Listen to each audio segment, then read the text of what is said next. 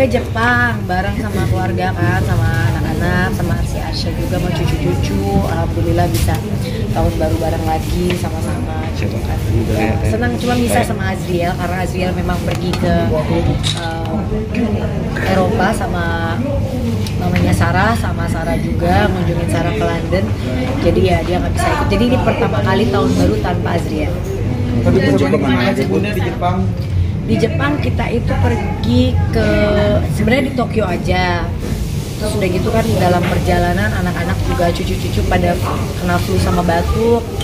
Jadi kondisinya kurang terlalu yang bisa untuk dibawa keluar kota. Jadi kita benar-benar hanya di Tokyo. Dan anak-anak juga kayak bangun siang baru mereka pergi yang kayak ke Disney gitu-gitu atau makan, tapi nggak terlalu banyak pergi karena memang lagi dingin banget kan. Terus perubahan cuaca kan buat anak-anak kurang cocok mungkin ya, kurang cocok, kurang biasa ya. Jadi ya udah akhirnya kita menikmati waktu di sekitar Tokyo aja. Di berbagai negara kan mungkin cuaca lagi berubah-berubah. Di Jepang sendiri seperti apa sih? Karena kan aku tahun lalu juga baru ke Jepang juga, tapi kan pas summer kan, pas panas gitu. Yang sekarang ini pas dingin, memang kondisinya ya aku aja yang gede nggak terlalu kuat dingin, apalagi yang anak-anak gitu. Tapi alhamdulillah sih mereka masih ya, maksudnya kan ada vitamin, makannya juga ini juga ya. Yang paling penting kan makan, jaga kondisi vitamin dan lain-lain kan, karena memang kondisinya dari yang di sini panas banget, terus nyampe ke sana yang benar-benar dingin banget sampai 0 derajat. Kalau malam kadang-kadang nggak minus sih, tapi 0 derajat malam ke pagi, baru pas siangan dia 6 derajat. Jadi anak-anak pasti kondisinya kurang ini, tapi alhamdulillah sih tetap happy aja mereka. Tapi pas balik ke sini lagi itu kondisinya maksudnya ada efek enggak, malah pas sudah mau balik mereka ya maksudnya nggak terlalu, paling kayak flu batuk aja ya, nggak yang sampai anak-anak kenapa atau apa, enggak sih. Flu batuk kan biasa ya, musim juga, nggak usah keluar negeri, di Jakarta juga kan pasti kita lagi perubahan cuaca kan ya, gampang flu, gampang batuk gitu. Jadi kalau yang kayak gitu sih paling daya tahan tubuhnya aja dijaga, makannya, istirahatnya, tidurnya gitu. Main salju juga sama cucu-cucu sama anak-anak. Iya, main salju terus yang nggak enaknya pas kita main salju hari itu lagi ada badai bukan badai, kayak hujan salju, hujan salju. Jadi saljunya ke mata-mata, kemana-mana, ke rambut apa, jadi yang nggak buat foto nggak bagus, buat main-main juga anak-anak pastinya nggak nyaman gitu. Jadi cuma sebentar, terus kita makan siang, terus kita paling main-main sebentar, terus kita pulang lagi balik ke Tokyo karena kan itu lokasinya dua jaman dari Tokyo gitu. Ini memilih Jepang untuk liburan tuh apa? Kalau aku pribadi kan memang negara yang paling lumayan aku datengin itu Jepang ya, karena mungkin makanan juga cocok, terus nggak terlalu jauh juga, terus mau main salju juga bisa gitu. Jadi terus udah biasa lah ke Jepang, maksudnya udah tahu spot-spot tempat-tempat yang memang mau kita datengin, jadi lebih mudah gitu. Cuma memang kalau kita udah tahu resikonya kalau tahun baru di Jepang itu tidak ada kayak kembang api, nggak ada countdown gitu-gitu, nggak ada. Ada pun tidak di Tokyo-nya, karena bagi mereka di sana tuh tahun baru kayak lebarannya kita, buat pulang ke kampung, buat kumpul sama keluarga gitu. Tapi entah kenapa tetap banyak aja orang Indonesia yang datang tahun baru di Jepang. Jadi mungkin mereka lebih kayak kumpul-kumpul sama keluarga aja, tapi nggak bisa menikmati yang kayak kalau di Eropa kan ada countdown, ada fireworks ada gitu. Jadi ya suasana tahun barunya tuh rada-rada kayak kalau kita mau menikmati yang tahun baru yang kembang api dan lain-lain, pasti harus perginya bukan ke Jepang. Jadi kalau kita cuma pengen kayak kumpul sama keluarga, makan dan lain-lain, ke Jepang ya oke lah. Kemudian di tengah liburan sendiri udah menjadi garda terdepan untuk ART kemarin di Pamusi Basi. Oh, bukan ARTAI, ya Allah. Nih, udah bener-bener jadi garda terdepan. Terus pas Hasanah pindah ke Ruko, dia katanya ikut. Nah sampai akhirnya nikah sama aku ya, dia ikut sama aku sampai hari ini. Nikah sama mbak di rumah aku juga dulu, tapi mbaknya ini pergilah langsung setelah lahiran, dia pergi ninggalin gitu anaknya. Akhirnya anaknya dititip karena kita nggak ada yang bisa ngurus bayi karena dia harus kerja, jadi anaknya dititip ke ibu bapaknya. Ibu bapaknya juga udah tua banget, kakek neneknya, berarti ibu bapak parang kakek neneknya anak ini. Aku sebut nama dia nggak apa-apa ya, sebut nama orangnya nggak apa-apa, kasihan nggak sih anaknya? Kat inisial P.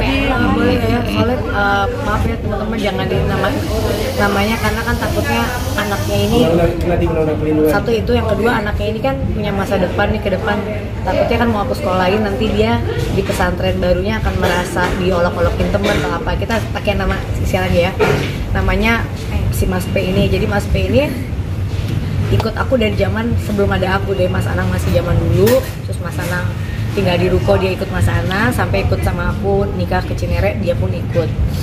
Nah dia punya anak perempuan umurnya searsi. Nah jadi karena dia si Mas P ini nikah sama Mbak di rumahku juga, terus mereka pisah, anaknya dibawa sama si Mas ini, dibawa ke kampungnya ke orang tuanya untuk menjaga karena si Mas P ini kan harus kerja di kita. Nah tiba-tiba kok 6 bulan ini si Mas P yang kerja sama aku nih kayak orang yang suka kayak nangis, terus minta pulang kamu, nangis minta pulang kamu kenapa sih gitu. Suatu waktu ditanya sama Saris, dia bilang kayaknya anak saya tuh pegang-pegang, dilecehkan lah sama orang di kampungnya gitu. Ternyata aku bilang udah tuh, tapi nggak digubris lagi, katanya dia mau pulang aja. Nah satu malam aku mau berangkat ke Jepang, besoknya sore itu tiba-tiba dia tuh nangis-nangis ke depan di belakang sama Uteng. Kenapa? Katanya ya anak saya katanya udah diduga dilakukan kekerasan yang lebih daripada dipegang-pegang.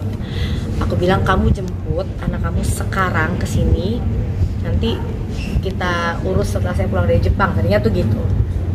Anaknya dibawa ke sini, cepet-cepet lah tuh. Nggak bisa pulang ke kampungnya karena apa? Ada apa? Bencana itu banjir ya. Ada banjir. Jadi anaknya yang ditelepon, aku bilang nggak mau tahu, anak kamu pokoknya kirim pakai apapun ke rumahku sekarang. Jadi ada untungnya aku kan punya orang yang nyetir aku udah lama dan kampungnya di Sukabumi. Dia minta tolong temennya ngejemput si anak ini sama bapaknya Farah, datanglah ke rumah aku tuh tengah malam. Paginya aku bangun, kita interogasi dulu kan sendiri, tapi dengan ini ya, maksudnya dengan cara dengan kekeluargaan gitu. Ya dia buka semua ceritanya dan aku tuh dengar cerita itu sampai aku rasanya udah sakit ya. Kita kan ibu ya, dia seumur Arsi menceritakan sesuatu yang seperti tidak ada apa-apa dan seperti itu, kayak kalau kalian tahu ceritanya tuh orang ini lebih dari binatang lah gitu. Sudah 2 tahun kayak begitu. Jadi langsung karena aku mau berangkat kan, posisinya aku bilang Riz ke polis pulang, anak ini urus, pokoknya aku nggak mau tahu dia harus di penjara, anak ini tinggal di Jakarta karena tahun baru nggak bisa kan, terus jalan aksesnya nggak bisa dan lain-lain. Jadi anaknya diajak Aris liburan dulu di sini buat jalan-jalan sampai tahun baru. Setelah tahun baru tanggal 2 baru Mas Aris dengan karyawanku yang lain ke sana, lapor ke kepolisian.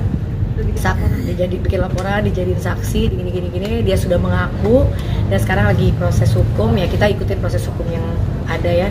Tapi aku yakin bukan hanya nanti hukuman berat yang aku minta, tapi aku yakin kadang di penjara orang-orang yang melakukan kejahatan seksual predator kayak gitu disiksa banget sama orang-orang yang ada di sana. Aku berdoa banget kalau nggak ada. Aku berdoa banget, aku bilang pakai Riz pokoknya segera harus ditahan. Nah, aku mau ke sana belum sempat karena aku baru pulang juga. Jadi insya Allah nanti aku ke sana, karena terima kasih juga buat Kapolres Sukabumi ya. Kapolres Kabupaten Sukabumi karena udah gercep dengan laporan kita dan sekarang lagi prosesnya lagi berjalan, saksi-saksi, dan mudah-mudahan ya segera, kita belum dapat info lagi, katanya sih akan segera karena buktinya udah lengkap, akan segera ditahan. Ditangkap mau berarti? Hah? Modusnya ya orang sakit jiwa aja kan gitu kan, orang sakit jiwa aja lebih baik daripada dia. Nah dia udah apa tuh namanya nggak ngerti lagi. Dia kasih duit jajan. Dia kasih 5.000. Terus tau nggak tempat dia melakukannya tuh di kandang kandang. Ini yang manusia kayak gini nih emang nggak ada tempat. Ini kan kita di daerah ya, di kota aja udah banyak ya, apalagi di sana kayaknya kalau anak-anak itu cerita tuh kayak udah ya memang itu udah nasib dua kayak gini. Anak itu ceritanya tuh bikin kita makin, kan kalau anak ini nangis kita ya, anak ini cerita tuh bener-bener kayak ya mau gimana lagi, saya harus ngomong apa, sakit terus aduh sampai polwan yang visum aja nangis. Beres ya? Iya. Polwan yang visum aja, terus dibawa, sebelum divisum ke sana kan aku bawa visum dulu ke rumah sakit Cinere. Aku mau tahu dulu. Yang visum bilang kita nggak bisa visum bunda karena harus buat laporan polisi dulu baru visum katanya. Nah, jadi balik bawa pulang lagi baru di Sukabumi di visum. Keterangannya